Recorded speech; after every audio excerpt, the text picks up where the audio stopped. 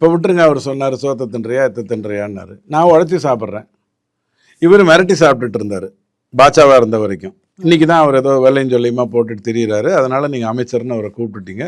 துர்காமாவுடைய பார்வை தெள்ள தெளிவாக இருக்கிறதுனால தப்பிச்சுக்கிட்டு இருக்காரு. இல்லைனா அவருடைய நிலைமை வேறு விதமாக இருக்கும். அவரை விட்டுருங்க.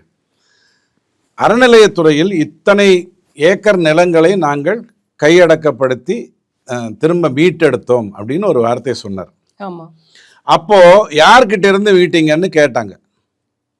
அப்போ இந்த பிஜேபி அந்த பிஜேபி இந்த பிஜேபிக்காரன்னு ஒரு கதையை சொன்னார். அப்போ அண்ணாமலை என்ன சொன்னார்? அந்த மூணுத்தையும் கூட்டினார். ஐயா, நீங்கள் மீட்டெடுத்தது இத்தனை ஏக்கர் என்று சொல்லுகிறீங்க. இவங்க 3 பேரும் செய்ததாக நீங்கள் சொல்கிற தவறுங்கிறது 3% வருது. 1.98 2.5 வருது.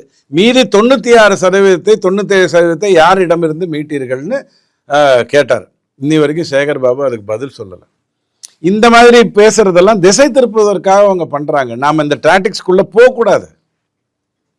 சீரியஸாக ஒரு டிஸ்கஷன் நடந்துட்டு இருக்கும்போது, சீரியஸாக நான் பச்சையாகவே சொல்கிறேன், கொஞ்சம் கொச்சையாகவே சொல்கிறேன், சீரியஸாக ஒரு டிஸ்கஷன் நடந்துட்டு இருக்கும்போது, அந்த பொண்ணு டெய்லி அந்த பக்கம் போகுது இல்லை அப்படின்னு ஒருத்தன் திசை திருப்புறான்னா, ஒன்றா அவன் ஒரு கேவலமான மனிதனாக இருப்பான், இல்லைனா உங்களுடைய அந்த சீரியஸ் டிஸ்கஷனை கெடுக்கிறதுக்காக பண்ணுறவனாக இருப்பான்.